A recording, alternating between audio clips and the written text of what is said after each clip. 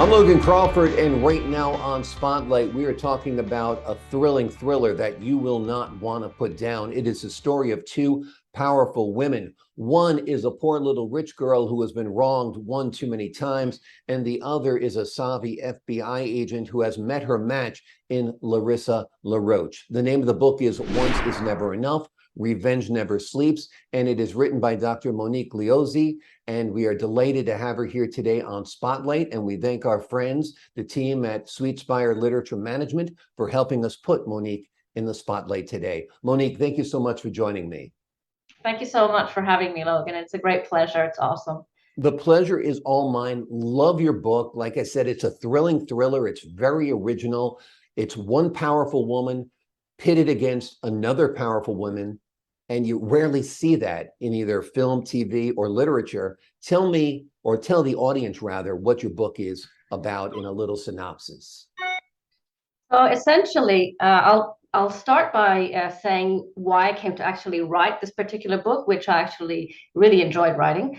It's it came about because a lot of my people who've read my previous books have said, especially the first one, Foresight and Hunted, where the main sort of female cop or FBI protagonist features.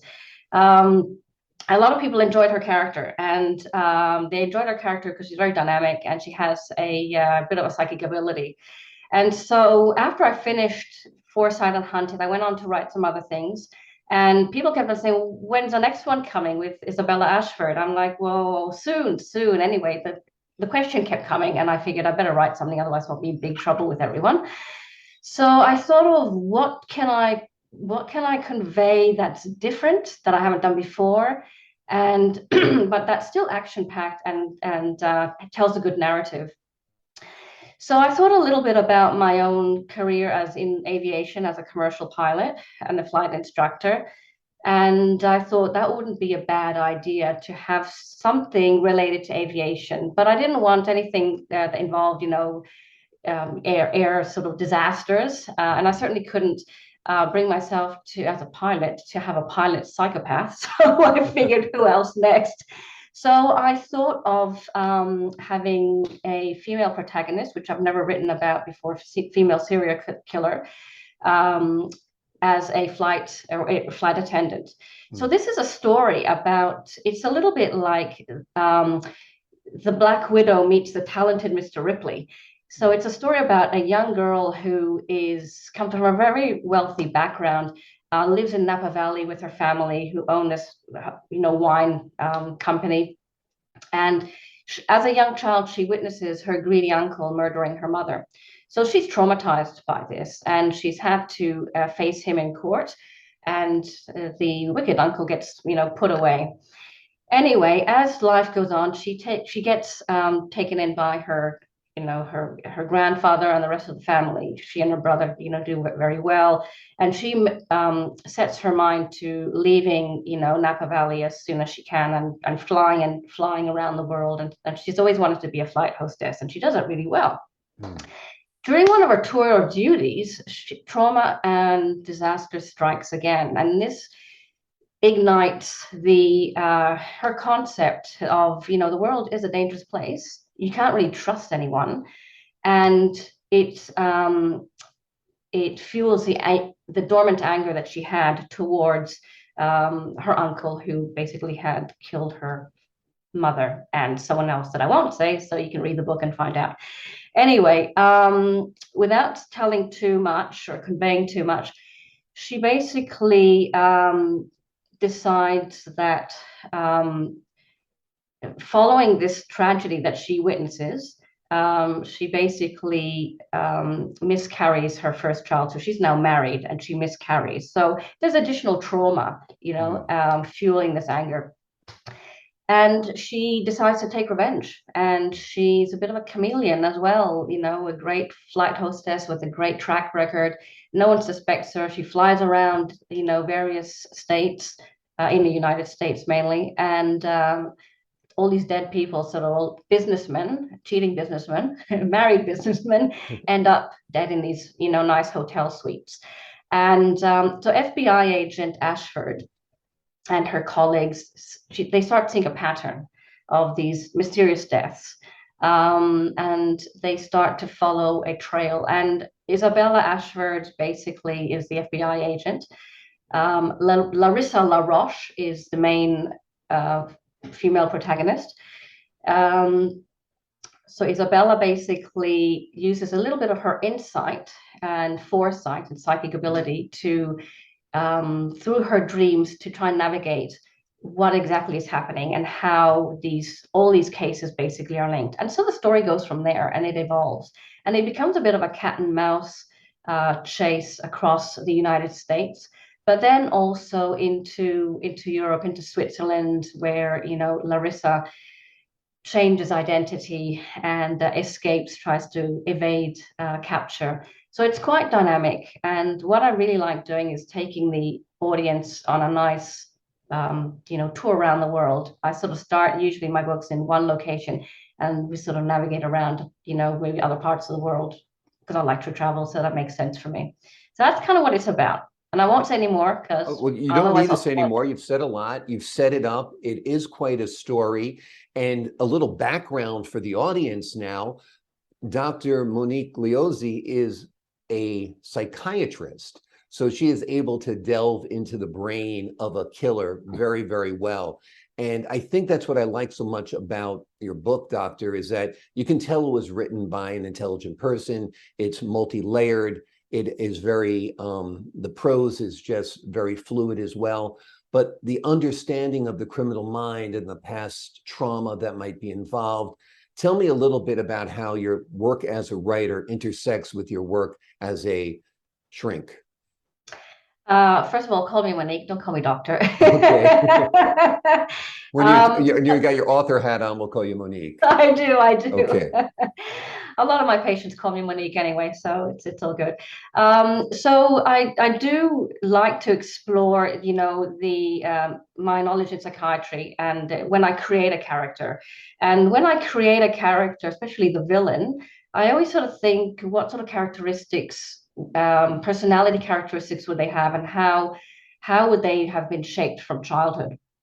And not only that, from that, then I start to try and think about, what crime is this person going to commit? Are they going to be quite covert, or are they going to be, quite, how do you say, chaotic Stealth. And dynamic, and yeah. And from there, then I start thinking about, now, what am I going to call them? So none of my books are related to any of my patients or anyone I've met. So that's, I'm going to say that up front. Right. And oftentimes I think about the person's characteristics, and what, by free association, for me, what names come to mind. So I help write a whole list of names, and then literally over a few days, I decide which ones to eliminate, and I'm left with one. So that does intersect. I do enjoy using, my knowledge of the mind, but also I'm very interested in forensic sciences. So I did do some training as a pathologist when I was much younger, before I ventured into psychiatry, and forensic pathology was always a huge interest for me. And so I've kept that interest, and obviously used my knowledge and bit of research in forensic sciences to create, the crime scenes and the rest that goes with it. And the method of killing, I won't get into it, but the method of killing is very intelligent also, because I love seeing strong women in thrillers, whether it's a movie or in a book, but I sometimes can't buy the fact that she's going fist to fist with a guy who's 6'5" and 230 pounds. But I do understand a woman who is a little bit conniving, a little bit secretive, has a knowledge of different aspects of science, and uses that knowledge as a murder weapon. Yeah, indeed. Yes. There's a series on Netflix called Dangerous Women. I don't know if you watched it, and it sort of gave me some ideas as well. So now, you address this in the book. One of the reasons why they discount Larissa as a possible suspect at first is that they find it hard to believe that the serial killer is a woman. It is true that fewer serial killers are women. Talk to the audience a little bit about that. Tell me a little bit about why women are less likely to kill. Are they less likely to be psychopathic? Is it just a matter of testosterone? What's your take on it, Well, Monique? Monique, it's a mix of things. There is obviously the psychodynamics that um, in, that basically has a huge role to play, especially in a child's developmental trajectory. So the ability of a child to learn in very early infancy to trust is a huge kind of a factor. And also from there, what living environment they're living in, is it a warm and loving environment? What are the perceptions? How do the main caregivers model the way they see the world and impart that onto a youngster? So there's that psychodynamic thing. There is also, the aspect of hormones. And again, I mean, I think in my experience, I mean, I'm not a forensic psychiatrist, but women are probably just as likely to kill uh, than, if you compare them to men. Probably the motivation is different. I think the motivation for women is more, in relation to love and jealousy, um, sometimes money, but and women tend to kill using less violent means, usually, not always. So there's no formula, but that's a sort of general sort of trend from what I understand and what I've read about female serial killers. They are better liars than men, though. So they appear to be more cunning. So yeah. Yeah. And IQ is also important, the person's IQ. People sort of talk about, is someone a psychopath or are they a sociopath? What's the difference? Well, the difference is IQ and how organized are they in the deed and how well do they cover their tracks. Absolutely. It's interesting. I investigated a potential serial killer up in Rhode Island. He actually murdered an entire family with a crossbow. His name was Mm. Christopher Hightower. And I worked very closely with the detectives on the case. And they said it's likely he left a trail of dead bodies wherever he went because he was utilitarian in his killing. He killed for a purpose. In the case of killing the family, he wanted to get money.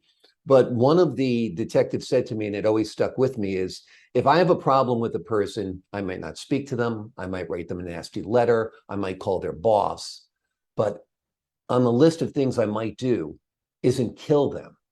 And that's what kind of separates the psychopath from the normal person That's because correct. Yeah. talk a little bit about that, Monique. Well, that's pretty much it's about what your frontal lobes are telling you to do and logic. So the frontal lobes control executive function, and the part of the brain that controls emotion is called the amygdala. And there is evidence, scientific evidence of morphological structural changes compared to if you compare a brain of and the brain function of a psychopath and someone who's normal. Someone who has psychopathic tendencies has basically a much more formatted sort of or heightened level of activity in the amygdala, and the links with the frontal lobes that control impulse or basically are somewhat sort of skewed and damaged.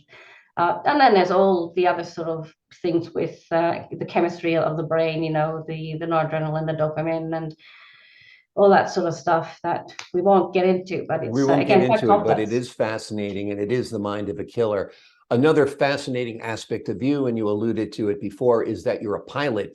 And I think you're flying big jets. It's not necessarily just twin engines. Tell me a little bit about how you started flying and your work as a pilot. Okay, well, I started flying. I had a bit of a personal setback many moons ago, and my husband at the time said, "Well, what do you want to do that you haven't done before?" And I said, "I wouldn't mind learning how to fly a helicopter." And so he said, "Well, why don't you try fixed wing first?" Because he used to fly as a youngster, and see how you go. So I did. So he books me on this little trial flight in a little Cessna, and I was hooked, and I had such a wonderful time. And so then I thought, well, I might as well fly airplanes because they're a little bit safer and it's also cheaper to do the lessons. And I really enjoyed it. So I did sort of do my multi-engine rating and, slowly worked up to, doing my commercial pilot license. I don't fly big jets, but I have flown, multi sort of twin engines. Hmm. Tecnam is one of my favorite aircrafts that I've flown. But mainly as a senior flight instructor, I sort of teach in the single engine little aircrafts, and it affords me a lot of pleasure. I certainly see the world from a different vantage point, pardon the pun. But and you get to know different people. You meet so many different people, and as a psychiatrist, I always have my little psych hat on, and so Mm.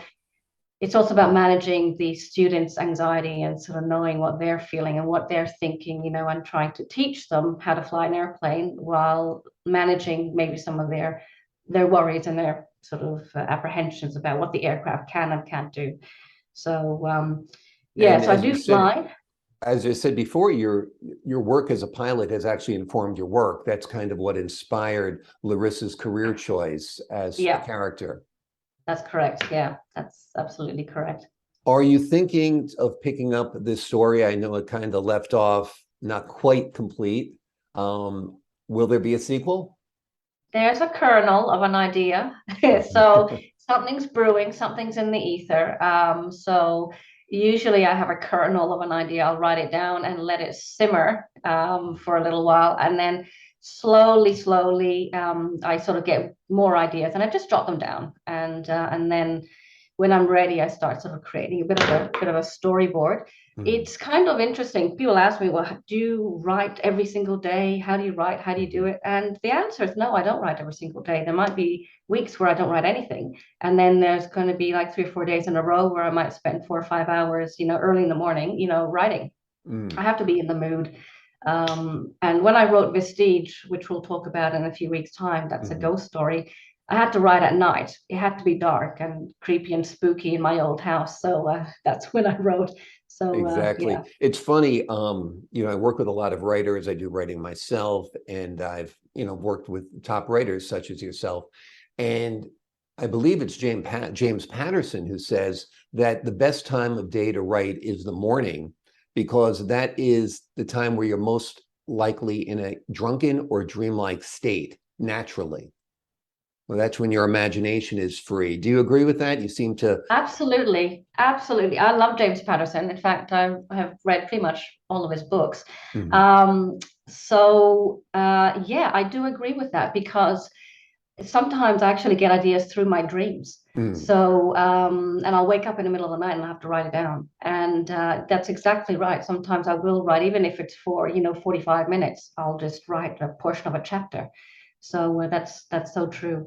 But as I said earlier, sometimes um, it's important to write if you're writing like a ghost story, to sort of create the scene for yourself. So you sort of just get absorbed in that sort of story and in the ambience that you're creating for yourself. And that's, for me, that also helps generate ideas. But Yeah. don't get me wrong, I have had writer's block. So We all suffer from it from time to time. The Shining is a perfect example of that, right? yeah. But I often find playing your favorite music or music of the era where you're writing is also a helpful tool to get you into that mood or that mode. Talk a little bit about this book, Once is Never Enough, as a possible movie, because it's so visual to me as an actor.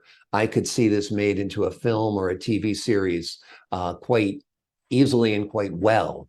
Did you have that in your back of your mind at all, or have you thought about it since?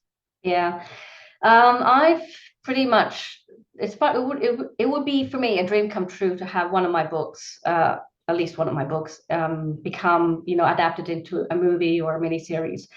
So this one definitely, and it's because, okay, you sort of alluded that there could be a sequel. It's because of the way, if the way the story is shaped. It's basically written in three sections, as you would have noted, and I think it would be well suited for a movie. Don't ask me who would be casting, but there is, if you look at I'm sure you would have looked at my website, moniquegliozzi.com. I There's did. all these trailers. All my books have trailers, movie trailers. They have either a treatment or a screenplay, or in some cases both. So I am sort of basically looking at finding someone who's actually interested in doing a project, an actual movie project, not a trailer of sorts, but Right. actually divulge and do a project. A lot of people have said, when's that going to happen for you? When's that going to happen for you? I'm like, well, it'll happen when it's meant to happen. Right. When the stars align, that's when it's going to happen. So at the end of the day, that's my absolute passion and my absolute dream, and that would be great. That would be awesome. If you're going to cast Larissa La Roche, who would play her? Oh, me. No, just kidding. Well, I actually had thought maybe a Nev Campbell. I can Uh, see that. yeah, Or a yeah, Nev Jennifer Campbell. Lawrence. Yeah, Yeah, just someone like that. absolutely. And for Isabella Ashford? Isabella Ashford, I'm thinking more someone like Naomi Watts would do quite well. Hmm. Or oh, what's that girl? I could see Naomi Watts. I could see Angelina Jolie. Angelina Jolie, Is that who yes, you're yes, thinking of Angelina also? Jolie. Yeah, yeah. Even Nicole Kidman. Yes, yes. You need somebody who's got that strength. I mean, we're fortunate to live in an era where a lot of the female actors do have a lot of strength that they show on camera. Another one I was thinking of was Charlize Theron, often plays Oh, that type yes. of strong woman role. Yeah, definitely. Yeah. So when You've I written, write, I do sort of think about who would be in if this was a movie, if I was a director, how would the scene unfold? So that's the other thing I do sort of take into account when I'm writing a section or a chapter and what the dialogue would be. absolutely, and also picturing the actor in your mind kind of helps you Mm, form the dialogue, I find. Have you absolutely. actually worked on a draft of a screenplay for Once Is Never Enough? Yeah, I'm in the process of doing that. Yeah. Okay. How are you enjoying that process? Tell me how that's working. Well, it's a collaboration, so Mhm. it's a different process. It's obviously a lot of toing and froing and things, emails back and forth. But it's part of the journey as a Mhm. writer. Do something a little bit different, get some help where you can. And what I've learned is I don't have to do everything myself. If there are good people out there willing to help, then so be it. I'm going to take use that to my advantage, not in a narcissistic way, but Mhm. just because that's part of my journey at the moment. So yeah. Absolutely. Now, you are quite an international character yourself. I mean, you've roots in Dublin, you live in Perth. Tell the viewers a little bit about your journey, internationally, where you've lived, where you moved, and what's brought you to where you are now. Okie dokie. So I was born in Dublin. So my dad's Italian. He worked in the diplomatic service, and my mom's Australian. She was a high school teacher. Mhm. So my parents met in Melbourne, where my sister was born many, many moons ago. And then they moved to Dublin, where I was born. And then from there, we moved to Canada, to Vancouver. Mhm. And then from there, we moved to Rome. And then from there, we moved to Germany. So I've done all my schooling basically in Germany and, well, most of it, and in Rome. Then I went back to Rome and started medical school there. And then halfway through medical school, my dad thought, well, I'm going to retire soon. Perhaps we're going to retire in Australia. So why don't we ship Monique off to Perth and have her finish medical school there? So that's what I did, and then basically that's how I landed in Perth. But obviously, during summer holidays, we traveled to France and other places around the world, and so I've had to learn several languages. In fact, that's also the other thing in my book. I do use a little bit of foreign language as well, Mhm. just to create a bit of reality to the story as well, and to the other sort of associated characters. Um, and yeah, and then I met my husband in Perth, and basically been working as a doctor, and then moving along to flying, and now writing. So my dad actually inspired me to start writing again. I used to write short stories as a youngster, and never thought that I'd publish anything. And then when my father retired from the service, he started writing just to keep the gray cells going. Mhm. And he writes in Italian, and he's very good. Even though I say so myself, I'm biased, but Mhm. he's published in Italy. So his name is Tommaso Maria Liozzi, And he's given me some of his stuff, in draft form. What do you think?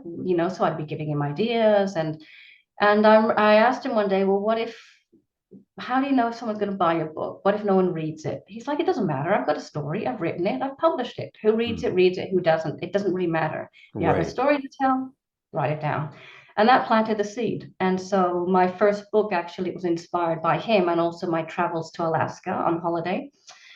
And it was actually the beautiful scenery, the mountainous area that we were in. And we took a cruise on the Inside Passage and stopped at various points. And I thought to myself, geez, this would be a great place if you were a fugitive, to hide. Who's going to find you in these mountains and amongst all this snow and the glaciers? And that's how I got the idea for my first story and started writing ideas on a napkin in the cruise ship. That's great. That's great. If it's good enough for J.K. Rowling, it's good enough for you.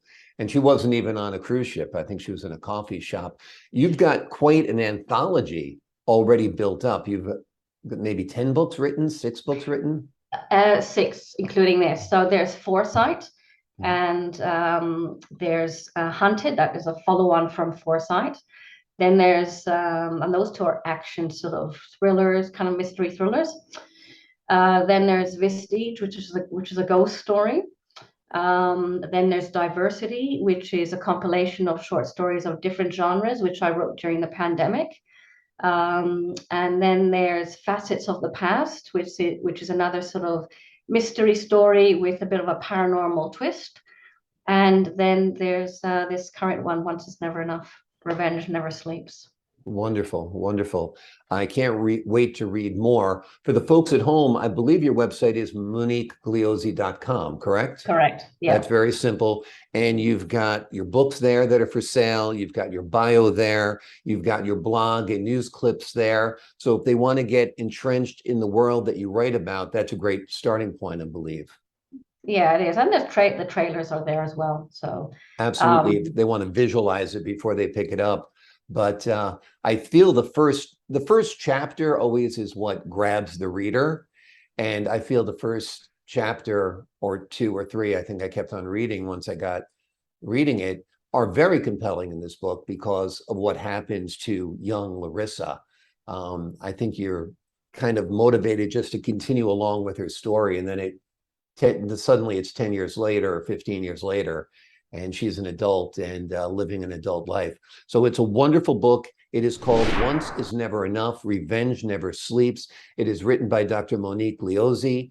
She is a terrific writer. She is a pilot. She is a psychiatrist. And I think I have to nominate her for Woman of the Year after all that. That's quite a resume, Doctor. Thank you so much for joining us here today on Spotlight. Well, it's been an absolute pleasure. Thank you, Logan. And we'll talk again sometime soon, in a couple of weeks, about Vestige. Looking forward to it. And it's a perfect time of year, right around Halloween, to read a ghost story. So I can't wait for that. And to the viewers at home, I'm Logan Crawford, thanking you for your time this time. Until next time on Spotlight.